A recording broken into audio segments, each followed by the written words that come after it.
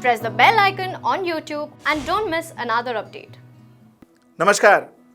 Welcome to another episode of Editorial. States like Haryana, states like Madhya Pradesh and now Uttar Pradesh plans to have strict laws against love jihad.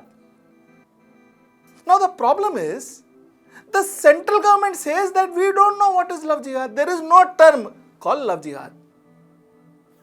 Let us deep dive and find out what exactly love jihad is. That's my topic number one. My topic number two is a very small, short topic. It's about Gupkar gang. Let's talk about Gupkar gang. Let's get right into the show. It is said that the concept of love jihad came from this Malayalam word called Arabi Kalyanam. This is what a lot of people say.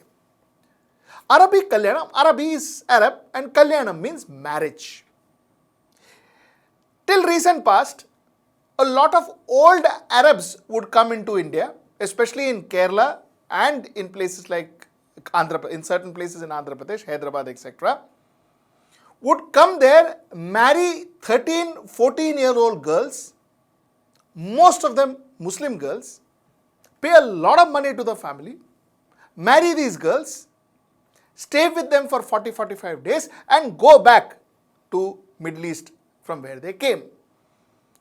Now, if these girls bear a male child, a lot of these Arabs would come back, take the male child and go back with the child to Arab again, to Middle East again. So this was a tradition, and it was a very dirty tradition. And of course, the government, all the state government and the central government took a lot of steps to ensure that such marriages, such activities are stopped. This is the genesis of love jihad. Now the way love jihad was mutated is this entire crime. It was a crime because they were selling young girls. This entire crime was mutated to and given a communal flavor. Now the story changes when it comes to love jihad. In love jihad, what they say that young, good-looking Muslim men are trained, given modern clothes, and are trained to go and lure young Hindu girls.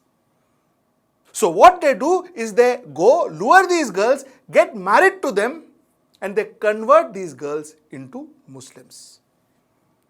Now this was the concept, and they said this is a new jihad, because like this what they can do is they can convert Hindu girls into Muslims and therefore possibly harm Hinduism, eradicate Hinduism, so on and so forth.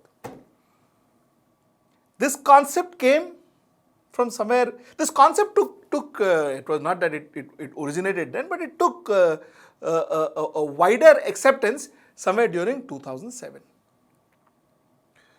After 2007, this concept started getting prominence. Now, most importantly, for a lot of political ideologies, this was an opportunity to get votes by dividing the society. Love jihad, after that, became the biggest polarizer in the country. The biggest polarizer in the country, Muzaffarpur riots happened because of love jihad. So it became a major polarizer in the country. You see, it was so heavily marketed, propagated through social media and other forms that, that in 2012, a Khab Panchayat in Uttar Pradesh, they banned girls from using mobile phones. They said if you use mobile phones, young Muslims will give you all wrong picture or whatever, wrong videos and wrong messages and all, and you will get lured. But the sad part is that the Hindu community thought that our girls were that dumb to get lured by anybody who comes and shows them some good pictures and some good outfits and some good looking men, and our girls will go. Is that what we think about our community? These people who seem to be the so-called leaders of the community, is that your opinion about your girls? Well, I don't expect an answer for that. Let us keep that aside. But the fact remains that this has become a major political tool, and that's precisely why this topic today. Because this is a political tool, it is not going to get eradicated from this country, and if it doesn't get eradicated from this country, this political tool called love jihad will be the single largest polarization agent in this country. This is dangerous for our country. This is a weapon of mass destruction for our country. And that is the reason I am talking about this subject. You see, the center has not accepted love jihad. I will tell you what I mean by that. Responding to a question about whether the central government is aware of the observation of Kerala High Court that there is no case of love jihad in Kerala, Ministry of Home Affairs told the Lok Sabha in a written reply that love jihad is not defined under the extant law and no such cases has been reported by any central agency. So the central government says, Baba, there is nothing called a love jihad. There is no term called love jihad in the extant law. There is nothing. We don't know anything about it. But the same governments, the same parties, local state government says that they are going to create tough laws for love jihad. In fact, the Home Minister of Madhya Pradesh, Mr. Narottam Mishra, states that there will be provision to declare marriages taking place forcefully out of fraud or by tempting someone for religious conversion null and void. Those assisting in committing this crime will also be considered a party to the crime. This is what the Home Minister of Madhya Pradesh says. So now what exactly are we talking about here? At one end, they say that no central agency says there is nothing called a love jihad. We don't see any love jihad where somebody is converted purely, somebody gets married purely to be converted. We don't see, no central agencies has given us any information like this. That is what the center says. And the state says, no. We are going to ensure, identify and catch people who are forcefully attempting to convert, and not only the people who are converting and who got converted, but also the people who are helping them will be treated as a crime. Now, my question is two. Why is the center and the state talking different language? And why is it that just before elections, love jihad all of a sudden crops up? Just before elections, Uttar Pradesh election in next 2 years, love jihad cropped up. Bihar elections and love jihad cropped up in Madhya Pradesh and Haryana. Just before elections, love jihad, the concept of love jihad crops up, and that's my worry. And because of this, there is chances that this will not end. My third point. Do you actually think that there is this strategy where people are, getting, fixing up or manicuring guys or chiseling guys to, six packs to go and get married to Hindu girls and convert them? Do you think there's a conspiracy like this? And that to a all India national conspiracy. If you think that is true, how many of such girls do you know? The fact is, if you don't know of any girls who has been lured and who has been converted and who is now, converted into Muslim forcefully without her willing, without her own will, well, then you can conclude that this particular exercise exists. But honestly tell me, how many of you know any woman, any Hindu girl who has been forcibly converted after marriage? And that will be giving us our answer to this question, whether love jihad actually exists or not. Now, let us get into a little more logical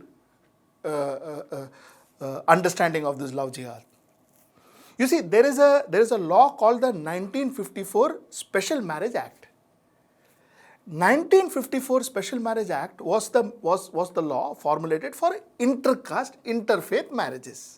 Okay, where people could come together and get married, intercontinent also, inter-country also. Where people were getting married, they could get married under this law. And under this law, the groom could carry on with his faith, and the bride could carry on with her. So there was no problem. But the issue with this are dual. First of all, in 1954 Marriage Act, the registrar would put up, that's a long process. The registrar would put up the names of the people who are planning to get married. They would put up the name for public view. So it was in public domain, and anybody could check the name or the address and the telephone number of the person who were getting married, the couples who were getting married. And started our problem when our people started going to their houses and threatening them. So it was dangerous because Kerala, I'll tell you, Kerala for instance, had actually digitalized this entire process. So it was all digital. That was worse.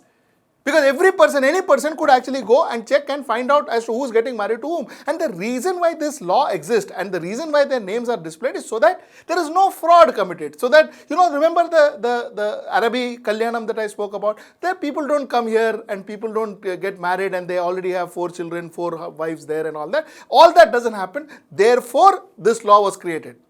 So there is no cheating. And if there is, then somebody could come out and say, no, he is already married to me or he already has kids and so on and so forth. So that was the reason.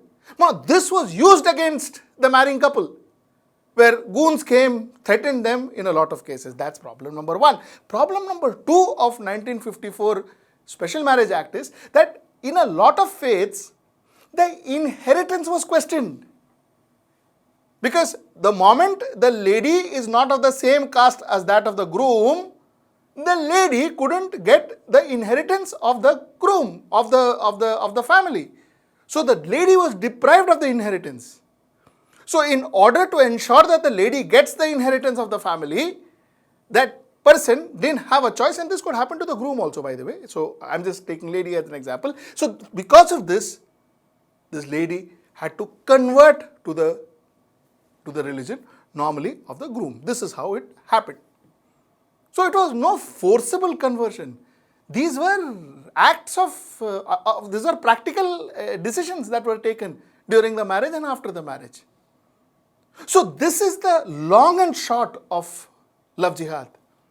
So somewhere down the line, before we react to some weird WhatsApp stories, to some weird WhatsApp data, to some weird WhatsApp statistics, or to some weird WhatsApp films where they show people being lynched and killed and all of that, please understand, first stop and think. Do you know, like I said before, I repeat in the end of my program, do you know of any woman who was married forcefully and converted forcefully after marriage? If you know of any woman, then take it for granted love jihad exists.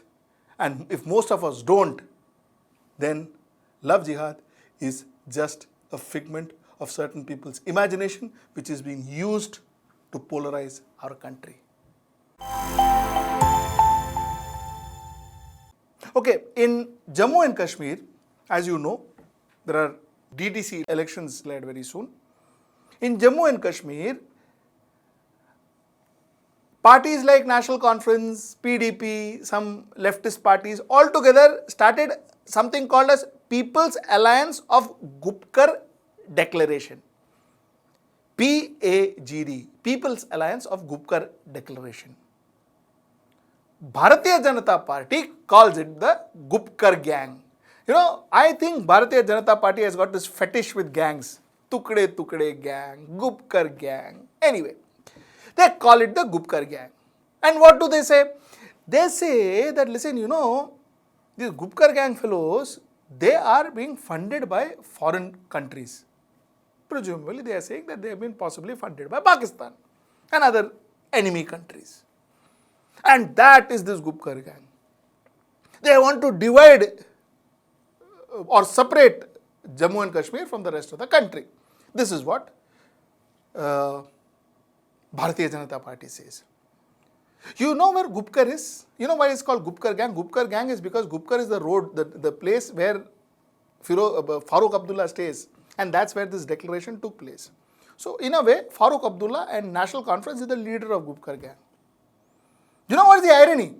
The irony is the same National Conference, Farooq Abdullah's party, BJP is aligning with in Ladakh.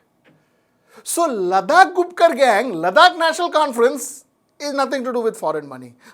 But Jammu and Kashmir Conference, Jammu and Kashmir National Conference is Gupkar gang taking money from foreign countries. This logic I didn't understand. This is as far as BJP is concerned. My logic is same with even Farooq Abdullah.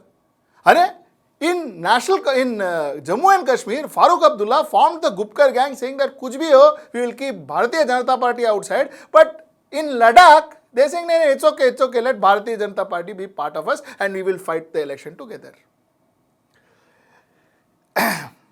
My simple 2 bits.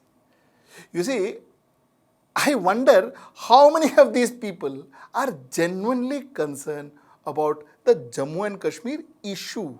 How many of these people are genuinely concerned? Okay, the alignments, the formation of an anti-alignment, all of this happens purely to ensure that these guys come back to power or these guys retain power, whatever the case is. The actual interest for the people of the state? Zilch. So this is my short story which I wanted to end with. Till I see you next time. Namaskar.